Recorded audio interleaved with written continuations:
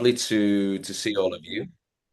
And our recording is in progress, so we have to begin. So yes, thank you very much for taking the time at the weekend to come and listen to me talk to you. I hope that we'll have an enjoyable webinar. I'm going to try to make it quite interactive for you guys, so you're not just kind of sitting and listening. There'll be a chance for you guys to interact, to write some things in the chat, and I really hope that you get involved as much as possible. And of course, as Idana said, if you have any questions along the way that are kind of related to the information that we're talking about, please write them in the chat. I'm looking at the chat here, so I'll be able to see your questions. I'm also planning to leave some time at the end of the session to answer any kind of more general questions that you have. So you can decide if there's some like general IELTS questions that you've been thinking, oh, I really need to ask someone about that, then at the end would be a really good opportunity. But as we're going through, please shoot me your questions as well.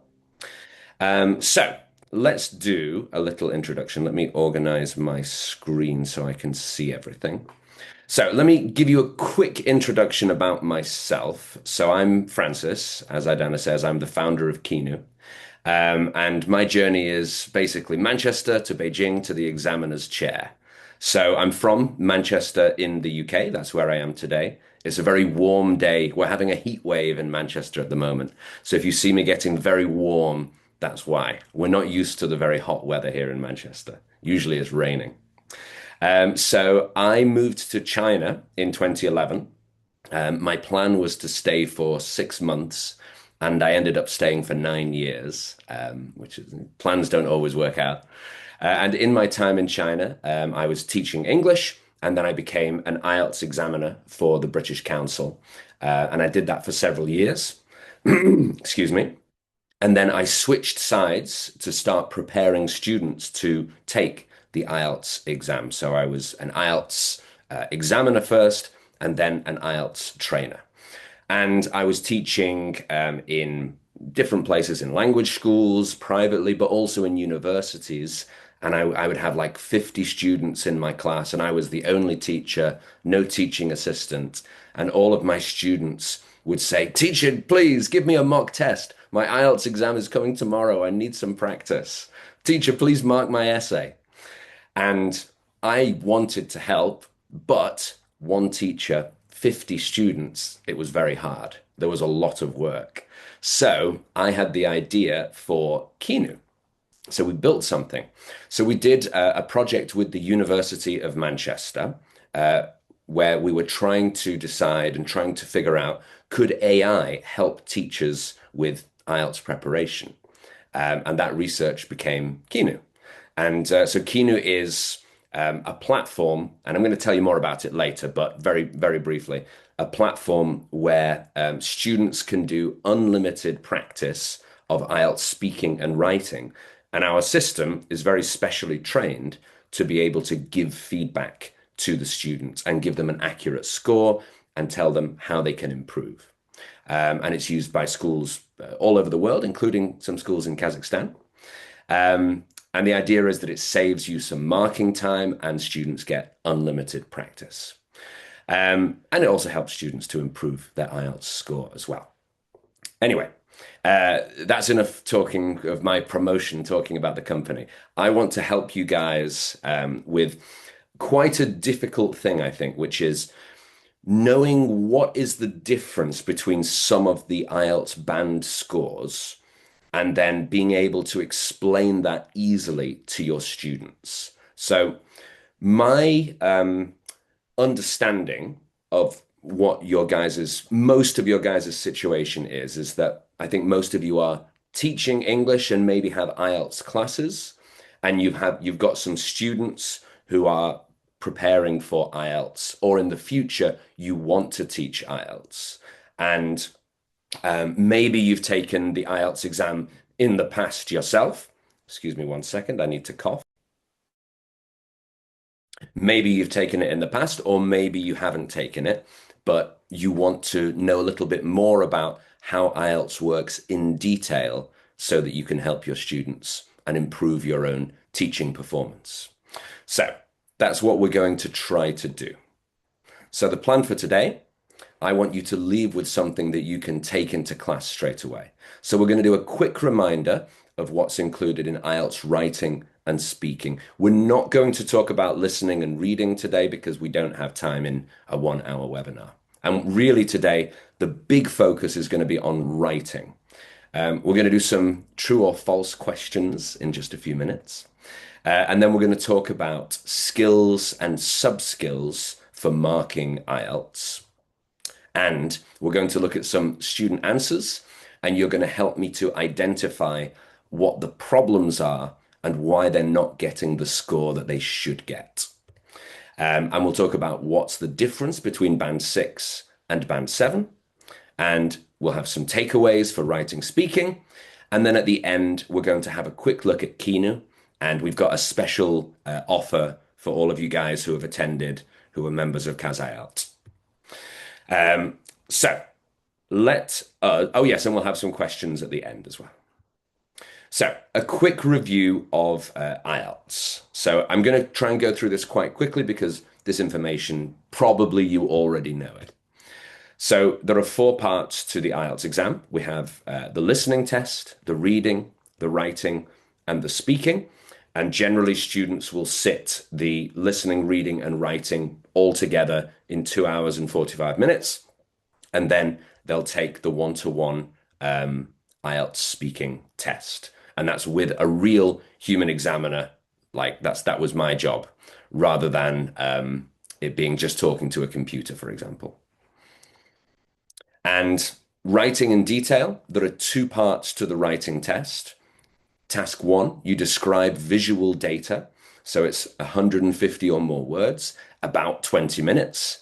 And then task 2 is 250 words. It's an essay, and that takes about 40 minutes. So it's a 1 hour writing in total. And task 2 is more important than task 1 because the score is twice as much. So of your overall IELTS writing score, task 1 gives you 33% of the score, and task 2 gives you 66%. So task 2 is very important. It's good to get that one right. And then we're going to focus more on the writing criteria for IELTS. So each of these is worth 25% of the writing score. So you have, first of all, task achievement or task response. We're going to talk more about what exactly these mean in the main part of the webinar. We have coherence and cohesion. We have lexical resource, which I'm just going to call vocabulary. Basically, it means vocabulary. And we have grammatical range and accuracy, so your grammar. So I think of this as like, are you answering the question? That's task achievement, task response. Does your answer make sense? Is it easy to understand? Is your vocabulary good? And is your grammar good? That's the simple way to think about it. And speaking has 4 too, which we're not talking too much about speaking today, but they are fluency and coherence, lexical resource, so vocabulary, grammar, and pronunciation. So we're going to focus on writing, but I'm going to give you some speaking tips towards the end as well that I hope can be useful for your students, and just nice little extra things for you to tell your students and share with them. A couple of updates as well for 2026, which you may or may not know about. So from about 2 weeks ago, there have been a couple of changes to IELTS. So previously, it could be a paper-based IELTS test. So it was on paper. Now, mostly it's going to be computer delivered. So it's going to be on computers. Some countries have a special arrangement. I'm actually not sure if Kazakhstan has a special arrangement. But in the future, it's going to be almost all on the computer. So something that a lot of students have to do a bit more practice of is typing on like an English keyboard. And instead of writing on paper, getting very comfortable typing. And what didn't change is the content of the test, the different task types, the band scales, so the scoring, and the marking criteria. And the marking is what we're going to focus on. So there's a little introduction to IELTS, and now I want to get you guys involved. So this is a true or false game. We're going to have three questions, and I would like you to write true or false. Or if you're feeling very lazy, you can just write T or F in the chat. That would be very lazy. So let's have a look at the first question. In IELTS speaking, a memorized answer, so where the student has like remembered the whole answer and then just says it in the test, loses marks for the student. What do we think? I can see Azamat says true, Isa says true. If I pronounce your names wrong, then I'm very sorry. I'm going to do my best. But uh, I always get people's names. Although Idana, I got your name right, I think. So I was pleased with that one. That was good. Anna says true. Ooh, Ruslan says true. Okay, interesting. Give me guys just a second. It's actually not true. It's false. So it's not a good thing to memorize your answers. That was what I hated as an examiner. But it doesn't actually lose you marks exactly. Generally, in speaking, the examiner will just ignore everything that the student has said if it's a memorized answer. So it's sort of let's say if it's a part two, the 2 minute speech, and the student has memorized it and they've spent so much time memorizing it, then the examiner will listen to it and they know it's so easy to know if it's memorized. And the examiner will just say, oh, well, I'm going to ignore all of this because it's not a true reflection of this student's ability. So then they just judge based on the other parts that they think are natural, like that student naturally speaking. So it's not good to memorize, but it also doesn't lose marks exactly. It's kind of a trick question. Let's take a look at the next one. A conclusion is required. Oh, this is for writing. A conclusion is required for academic task one. So writing about the data. A conclusion is required. Let's see. We've got some false coming in. Interesting. Interesting. Give you guys one more second. Ah, Ruslan says true. Oh, okay. We're somewhere in the middle this time. Araigul says false.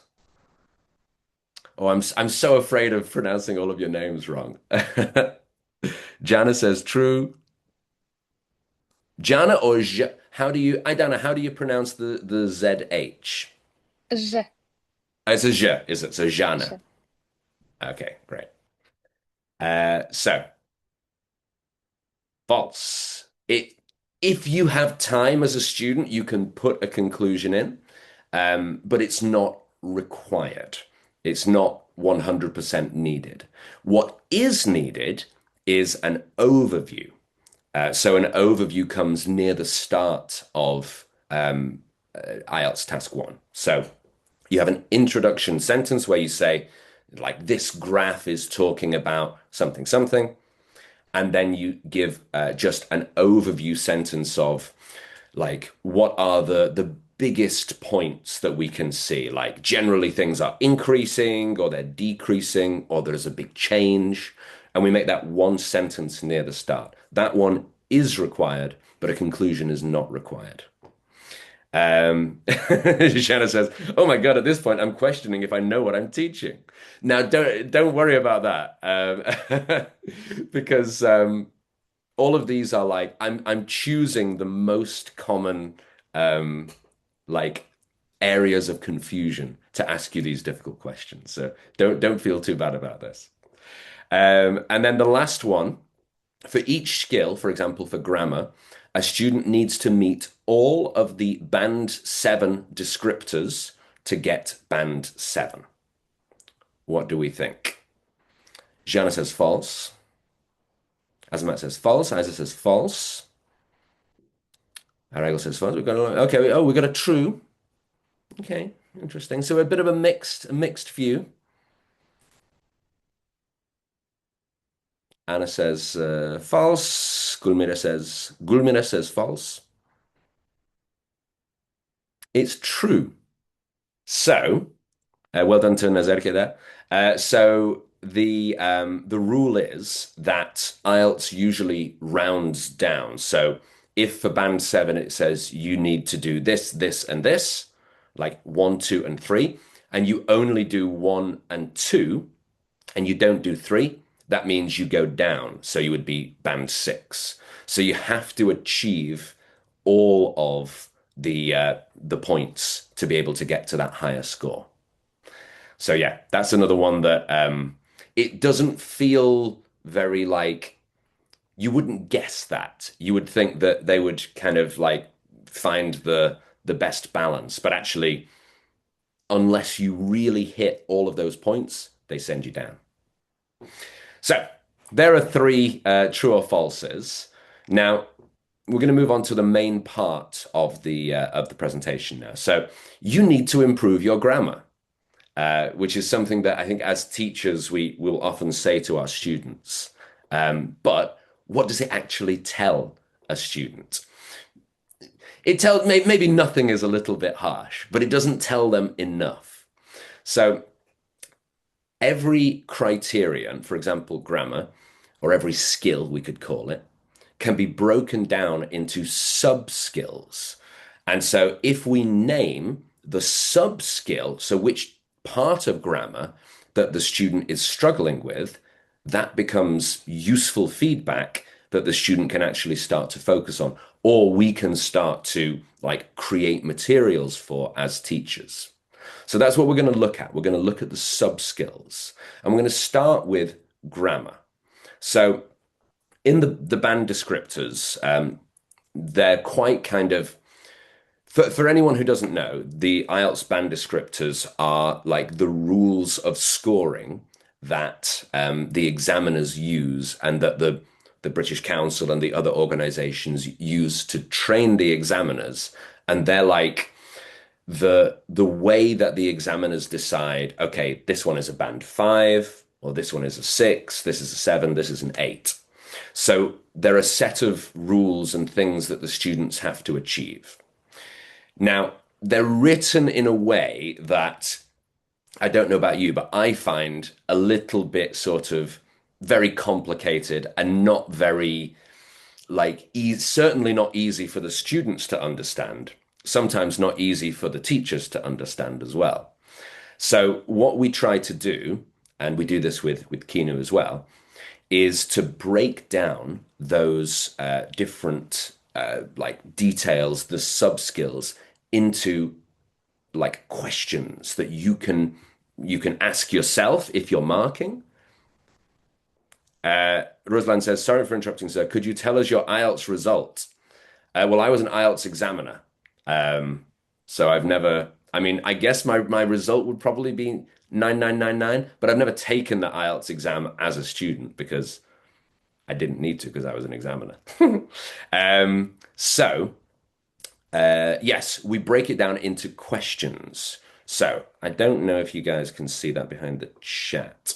So here we go. So the first one is talking about the grammatical range. So remember that word range. And the question that we can ask ourselves and we can ask our students, did you use different types of complex sentences? So not just using a complex sentence, but it has to be different types of complex sentences. So that's the first thing for us to check.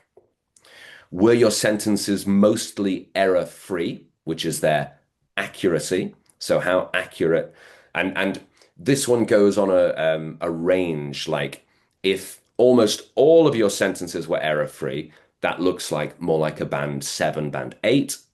If mostly they were error-free, it's going to be a six. If some were error-free, but it's mostly the simple sentences that were error-free, that's like a band five. And then, did you make lots of punctuation mistakes or was your punctuation good? So that's punctuation. So remember those three. Range, so the complex sentences, different types. the accuracy, so the like error-free sentences, and then punctuation. So what we're going to do, and again, I want you guys to get involved here. I'm going to show you a part of an answer, and it's an answer to the question, should governments invest in public transport rather than new roads? Now, that's a short version of the real IELTS question, but that's enough for us right now. And what I want you to do is to look at this answer and tell me which one is the problem. Okay?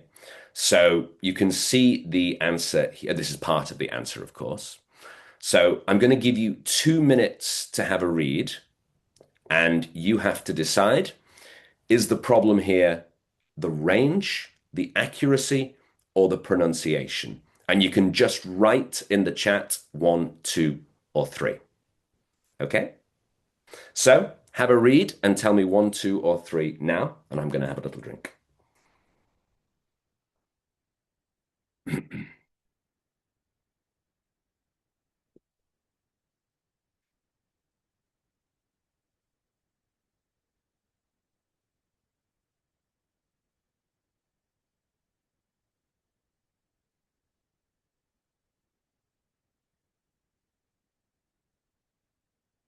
Okay, got some answers coming in.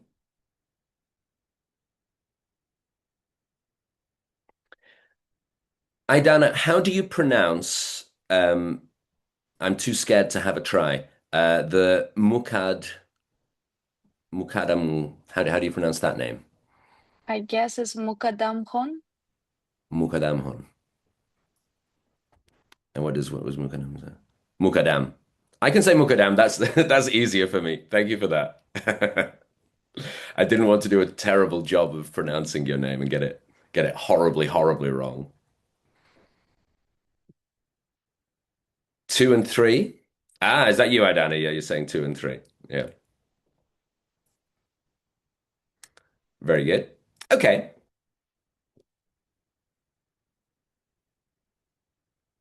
Arago says error-free cities. Yes, yes, yes. I see what you mean. Oh, I've shown you the answer. There we go. Sorry.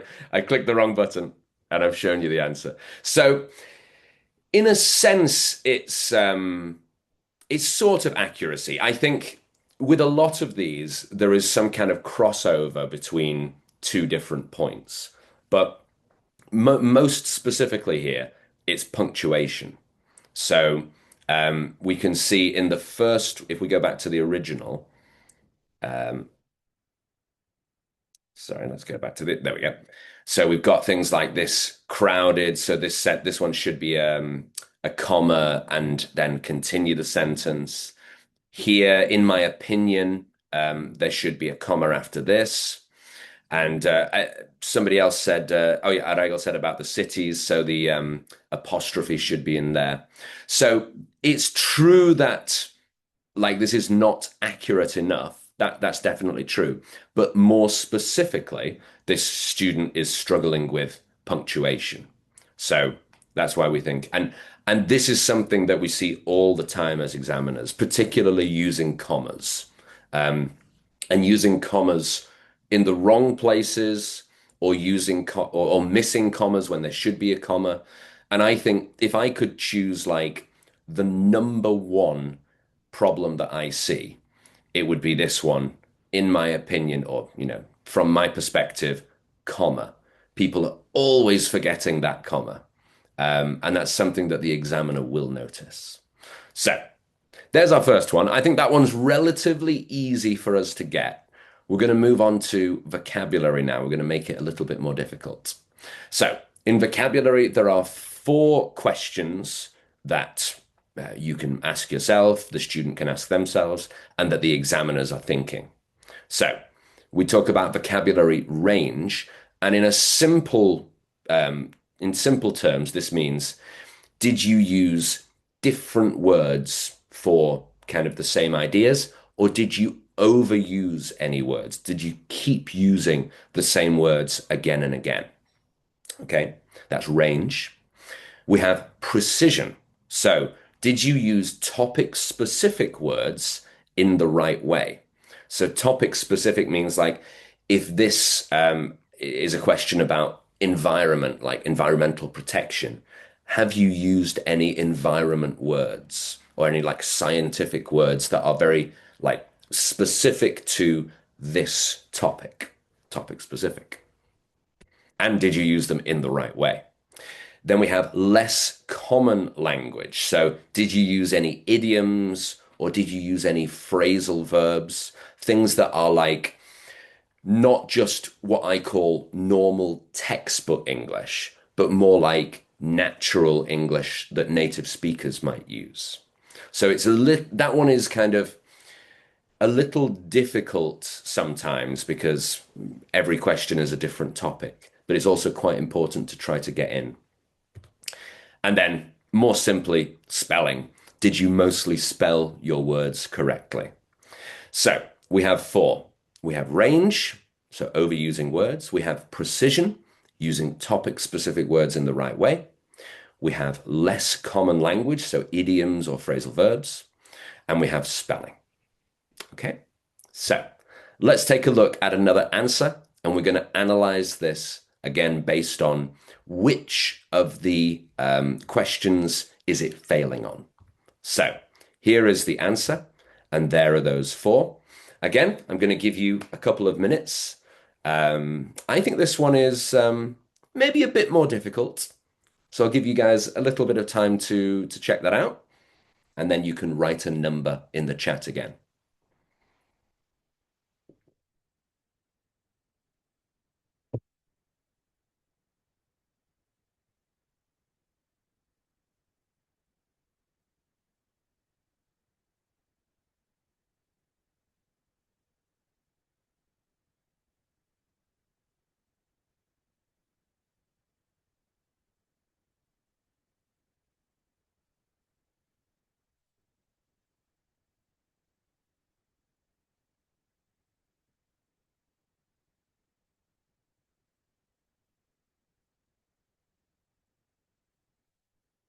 So Ruslan says two range, but range is number one. Mughadam says two precision. Interesting.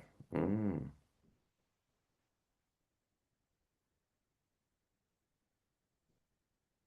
The person who has written overuse of information, I can't read your name, unfortunately. So I'm going to have to. Um, her name is Almira. Almira, great. Thank you. So Almira says range, overuse of information. Jana says one is range. Isa says two, which is precision. Interesting. Dana thinks it's one and three.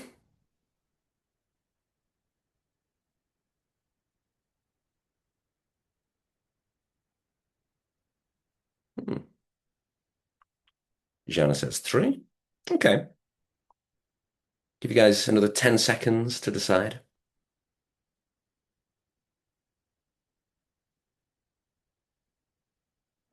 So we can agree then that it's definitely not four. So it's definitely not spelling. Because as far as unless I've made a mistake, I can't see any spelling mistakes there. Um, but it's interesting about three. I think that three is arguable here. You could say that, for example, fast-changing world, and then things like sift through books. That's kind of somewhere in the middle of less common and then the precise language.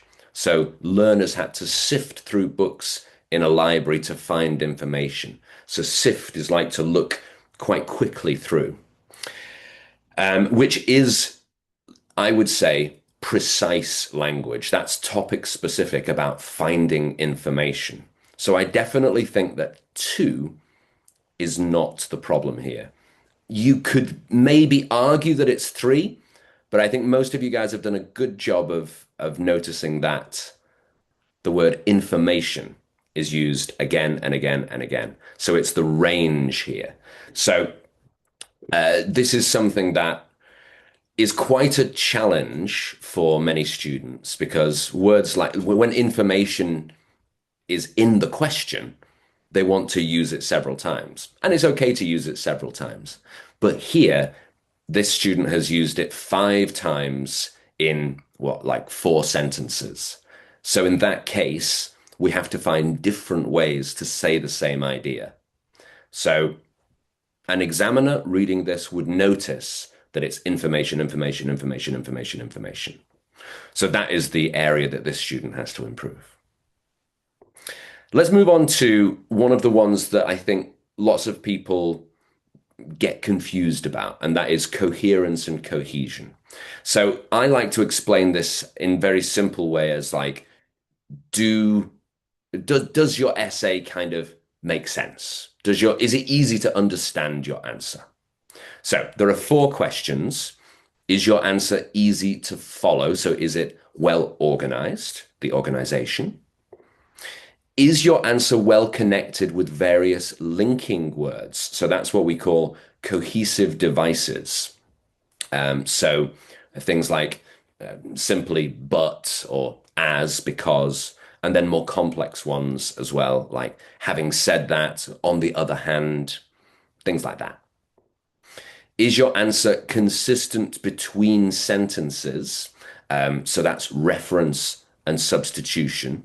So if I say, my friend has bought a new car, it is very happy with the new car. The it doesn't make sense, right? So it should be he or she is very happy with the new car. And Ruslan says cohesive, like ideas are logically organized and follows step by step. Yes, that's a very good way to explain it. And then did you use paragraphs correctly? Now, this depends on like task one, we use paragraphs a little bit differently to task two, as we talked about before. With task one, you don't really need a conclusion. And task two, you definitely do need a conclusion. But overall, for each of the two, do you use paragraphs in a suitable way? So we have the organization, we have the cohesive devices, those linking words, we have reference and substitution, and we have paragraphs. So let's take a look. This one is, should university education be free for everyone? So here is our answer, and here are the 4. So again, 2 minutes, try and identify the problem. Why is this student not getting the score that they should get? Let's have a look.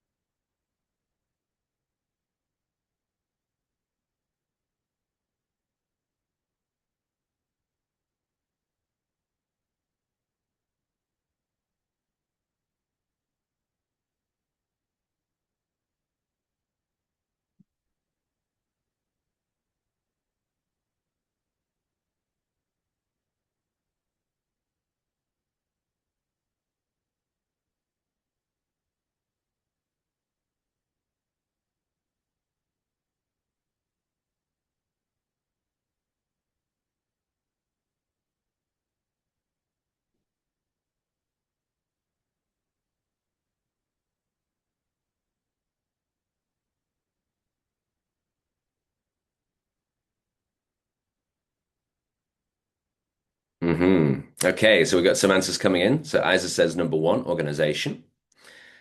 And Almira, is that right? Almira. Almira says overuse of also. So it's number 2, it's cohesive devices. Okay, give you guys a little bit more time. Nazirke says also with several O's. Idana says number 2, cohesive devices. Jana says 2. Oh, Jana, I tell you what, a big challenge for me in my life would be to try to learn how to pronounce your family name, your surname, because that's a long name. Seri Oh no, I can't even guess. That's very difficult. Should I pronounce it for you? Yes, please. Break it down. So you got the first half right, Sirik Mm. and Kali and Serikali. Kızı. Oh, Sirikali, Kızı. oh, that the last part is the part that I wouldn't guess. No, it's Serikali like, kuzu. yes, yeah, you're doing good. Okay. Oh, It thank you. means like the Kızı is the daughter, like I'm the daughter of him. Ah, very nice. Okay. Great. Well, thank you. You can test me at the end of our webinar to see if I can remember Okay. You're doing it. good, by the way. You did well. Oh, thank you. So, let's take a look. So it is, of course, that one also. So there's a little bit of, I would say maybe a bit of organization with like kind of this part at the end about Germany and Norway is the organization is not amazing here, but the most obvious problem again is just those cohesive devices. Um, I would say this one is a little bit exaggerated. Probably most students will know that they shouldn't just say also, also, also, although some students do say that. Um, but it just keeps in mind that it's important to have not just have connecting words, but have a variety of connecting words. That's the really important thing. So let's move to task response. So we're going to do writing task two first, and then we're going to do writing task one as well. So we're going to move through these quite quickly. So we have, did you cover all parts of the question, which we call prompt coverage? Is it easy to understand your argument, a clear position? Did you have or did you have multiple one sentence points, idea development? Now, this is a really important one because I see this a lot. I see like a student writes a paragraph about one thing, and then at the end of the paragraph, they have another idea and they say, oh, and also, da, da, da, and they have like one extra sentence talking about a different point, which, like when we're having a conversation, that's fine. But in an essay, you have to be controlled. You have to do one main idea per paragraph. Is your whole essay focused on that question? So the topic relevance, or do you kind of start on the question and then get distracted and talk about something else? And did you use the correct style of writing?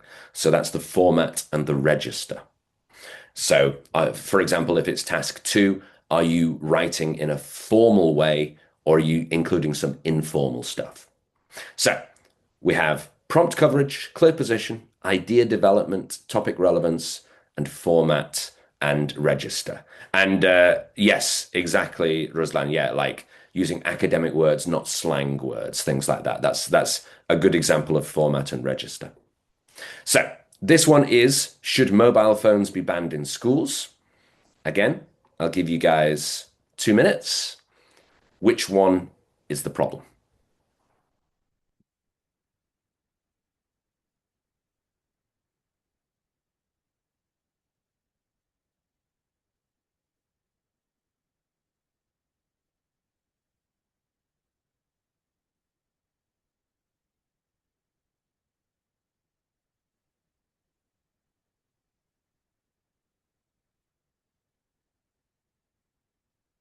Genesis 5.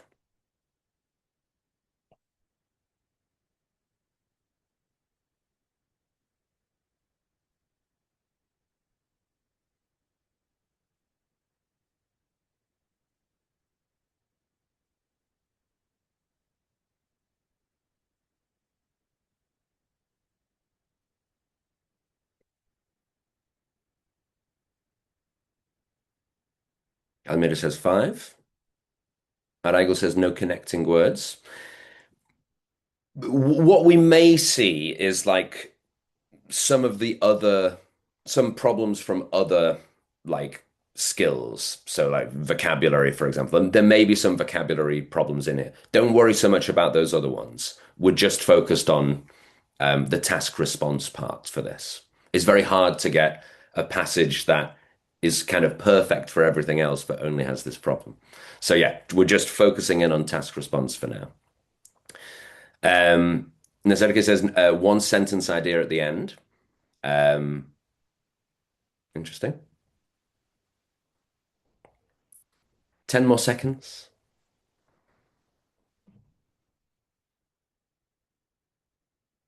Isa says five. Very interesting. Okay. So this one was a bit of a trick question because there were actually two. So in terms of the part with the question here, don't you think it's crazy to hand a child a device designed to grab their attention and then expect them to concentrate? Asking a question like that is not really appropriate for a formal essay. So that's the format and register problem. So you might say, for example, it is crazy. Maybe you wouldn't say crazy, but it is a bad idea to hand a child a device, but you can't ask it as a question. So that's one of the problems. And then the other one is that most of this passage is about phones are a distraction. So, like the student has it in the class, they're checking the messages under the desk, they're not paying attention, they can't concentrate. But then at the end, the student says, "Oh yeah, and cyberbullying. Yeah, like put that in. Oh, and yeah, like the phones can be stolen. Oh, I'll put that one in as well." So they've had like these extra ideas and they've put them in, but then it means that those ideas are not developed, and so the paragraph, uh, like you lose the power of the paragraph. If this student instead had just like said one conclusion sentence at the end after the part about like expecting them to concentrate and just wrapped up this paragraph, it would have been pretty good. But they wanted to kind of put the extra ideas in. So yeah, it's for students, it's all about like, can they control themselves when they have another idea? Can they be disciplined and leave that other idea? So that's something that some students get so excited and then they put all their ideas in. And then the last one we're going to do is task achievement for writing task one. So again, it's 5 questions, quite similar to task response for task two in some ways. So did you cover all parts of the question? Did you include the key information from the data? Did you report the data accurately?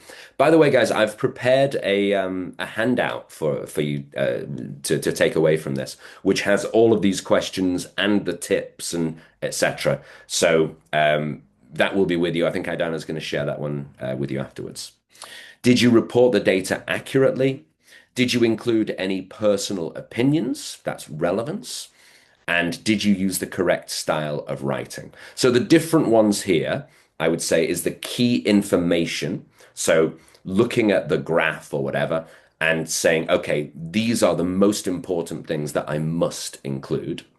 And then did you report the data accurately? So did you understand the graph and say it in more or less the correct way? And did you include any personal opinions? So in task one, we don't want any personal opinions because we don't want you to analyze the information. We just need you to describe and compare the information. So that's why it's different to task two. We don't want the personal opinion. So let's have a quick look. So we have a graph. This is the price of a loaf of white bread. Here is the answer, and here are those points. So again, 2 minutes. Which one is the problem?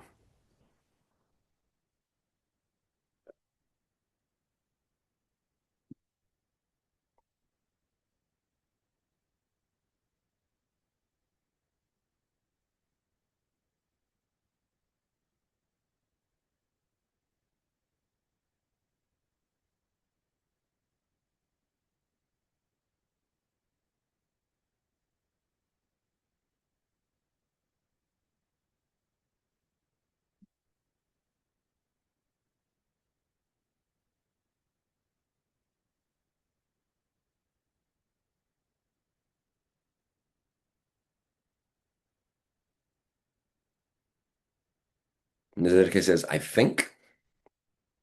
We have relevance. Information about the war. Okay. Another couple of seconds.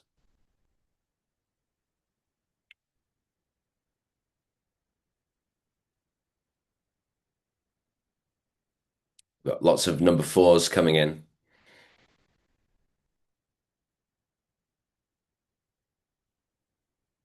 Okay. So we were getting a bit short on time, so we'll go for it. So yes, you guys were right. It was the relevance point, the personal opinion. So this student says prices climbed after 2020 because the war in Ukraine pushed up the cost of wheat. It doesn't say anything about the war here on this graph, so we can't like use our own outside knowledge to say anything. And then the thing about the Japanese producers must have received like government support. Again, it doesn't say anything about that in the graph, so we can't include it. But students always want to include those personal opinions, and we have to teach them not to. So there are a lot of different things are important if you want your students to get, for example, from band six to band seven. Um, but I've picked out four that I think are kind of the crucial ones that are the most obvious for an examiner when they're deciding whether or not to give this student a band seven. So, um, a few of these are gates, as we call them. So, the first one for vocabulary, if the student can use some advanced vocabulary used correctly. And in the band descriptors, that's there is some ability to use less common or idiomatic items. So it doesn't need to be lots and lots of that advanced vocabulary, but they need some. For grammar, using a few complex sentences of different types. So if the student can do that and get them correct, that's a big sign for the examiner that this should be a band seven student. For coherence and cohesion, varied linking words. So from the band descriptors, it says a range of cohesive devices. So when we were looking before, and it was also, that's going to be a sign of like band five or band six.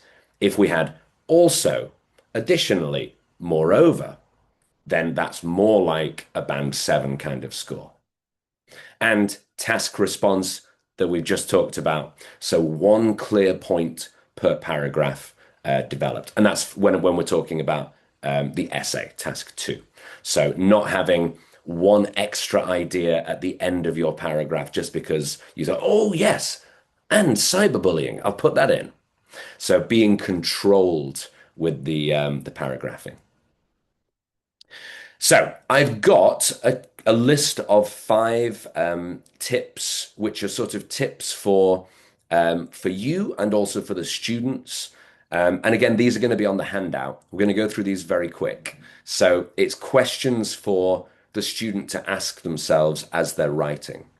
So did you add any one sentence ideas at the end of your paragraph? If so, cut them or develop them properly. Did you use a range of cohesive devices, or did you use the same one four times? Did you include any complex sentences?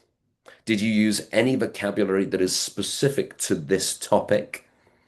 And did you overuse any words? So I always say to the student, you have 40 minutes for task two.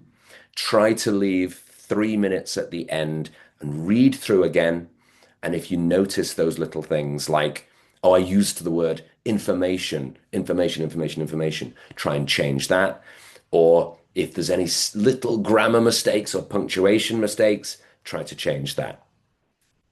So that is, I think, what we have time for with this. You guys will see in the handout that we have some tips for speaking as well, and also my five tips for preparing for the IELTS exam. Unfortunately, we don't have time to talk about that right now. But what I do want to show you guys, and in a minute, we're going to take 5 minutes to have a look at Kinu. And then in a minute, we're going to have a chance for you guys to ask any questions that you have. And I really enjoy answering questions. So please, like, think of all of your best questions. So I'm going to switch which screen I'm sharing, and I just want to show you guys what Kinu is all about. So as a reminder, can you guys still see my screen? Yes. We can see it. Great, perfect. So, We see the platform now, the keynote. okay, yes, exactly. Yeah, thanks, Adana. So, as I said at the start of today's webinar, the idea of Kinu is that if you have students who are preparing for IELTS, it's like very important for them to do lots of practice so that they can really like get ready for the exam in a realistic way and also to get feedback. And as teachers, we want to give them lots of feedback, but also we have 10 or 20 or 30 other students who we have to look after. So it's hard to give each student one-to-one attention. So what we have built is an IELTS simulator. Excuse me, my voice is starting to go now, Adana. Did you hear an IELTS simulator? I sound like a Oh, you teenager. sound great, don't worry. Let me have a little drink.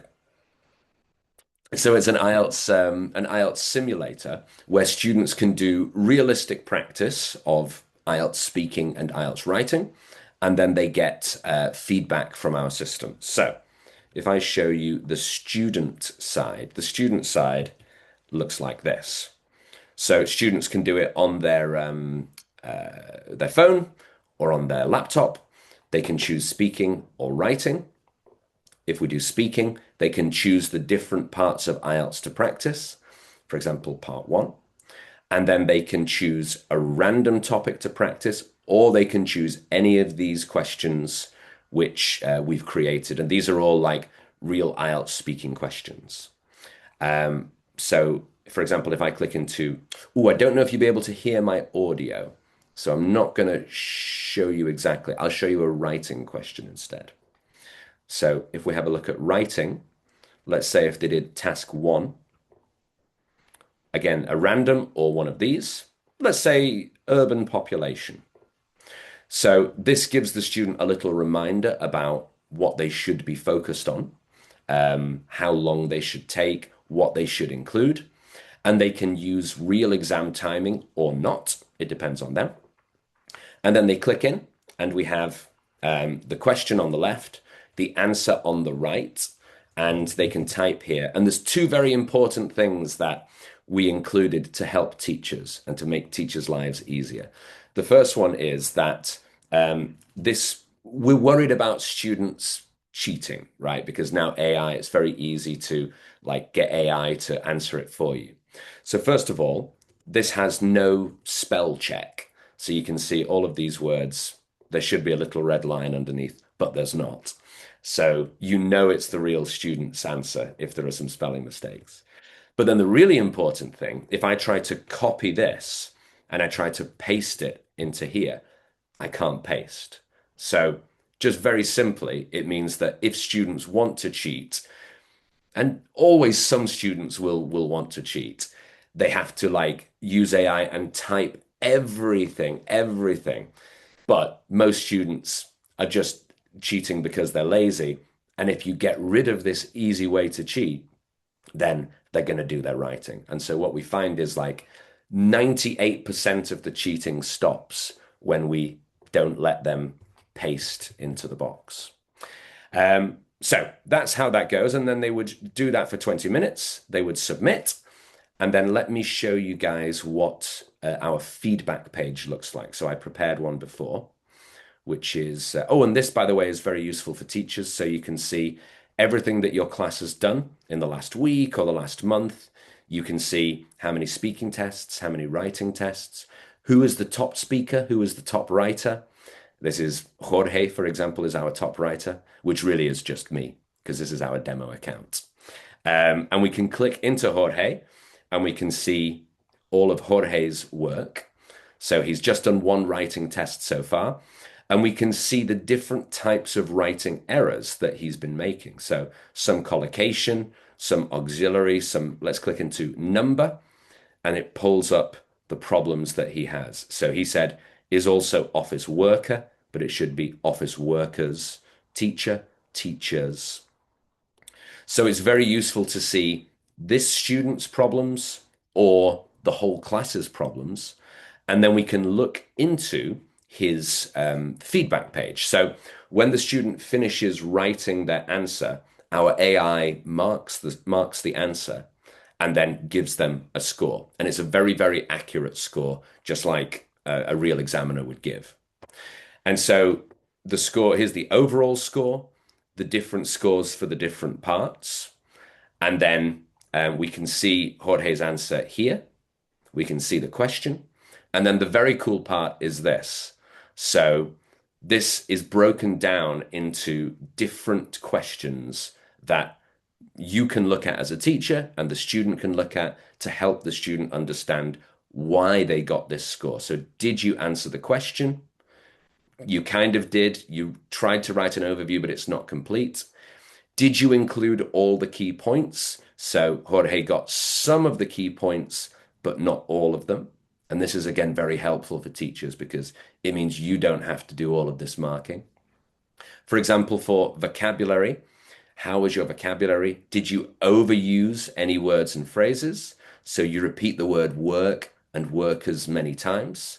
Here we can see that doctors work very hard, and it should be doctors, or it could be doctors put in long hours, or doctors are on duty for many hours. It also praises the student, like it says, what was the great vocabulary that you used? And did you have any word choice that was really good? And it also talks about coherence and it talks about grammar and it even does a sentence by sentence correction. So this chart have hours worked should be this chart shows hours worked by many different people. So this one is for writing. We also have the same for speaking, where every sentence that the student says, we analyze it and we figure out are there any problems or anything like that. So it's very, very useful. And we have, if I go back to here, let's shoot over to here. So we have a special offer for you guys because you've been very helpful with me and you've answered all the questions and you've sat here listening to me talk endlessly. We have a special deal. So we're offering a 2-week free trial for you and for your students. And that's for IELTS speaking and writing. We also do English placement tests, like if you have a new student and you want to know what level they are, not just for IELTS, this is for any English. And we're giving you 50 free placement tests. And then if you like using Kinu after that free trial or the free tests, we'll give you a special price as well, 25% off. And if you want to know more, you can send me an email. My email is there, francis@kinu.io, or you can scan the QR code to sign up and create your account. Or you can also get the handout, which Aidana, I think, is going to send, which has the same information as well. So thank you very much. Thank you for all of your contributions.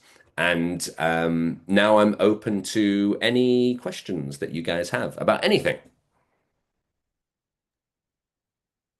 Thank you very much, Sir Francis. It was informative, and I think we could find some answers to our questions regarding IELTS. And there were even some new things to learn, I think, because there's always a myth or misconception about IELTS and what examiners looking for, actually, as the title said. Yeah. So I personally learned a few things because I'm planning actually to take IELTS very Ah, soon. really? Yeah, because it expires every 2 years, Of and you course. have to update and the exam changes. So, if there are any questions, dear participants, you can write them in the chat or unmute yourself and ask. There are a few comments in the chat as well. You might want to have a look. Let's have a look. Yeah. Yeah. Aha, yeah. Thank Well, thank you. Ruslan says sincerely appreciate. Well, thank you. Thank you for coming. And Mukadam says, thank you for sharing such great information. You're welcome. Good. Now, I have a question. Is it Gulmira or is it Gulmira? Or is it different as well? Yeah, so in the Kazakh language, usually the last syllable is stressed. Gulmira. Yeah, but Ah, it depends on the person as well, interesting. what Okay. they prefer. Mhm. Oh, Um, by the way, I just remembered I wanted to ask if you still remember how to read my I last knew name. you were going. I knew you were going to Palm ask me. test. Right. So the first two parts were fine. So Serikali, and then oh God, give me a second. Give me Yeah. a second. It's like Kuja. Is it Kuja? Z mostly. Z. Yeah. Tell me the whole thing again. Serikali kızı. Kuza. Yeah. Serikali But by Kuza. the way, yeah, I am adapting it to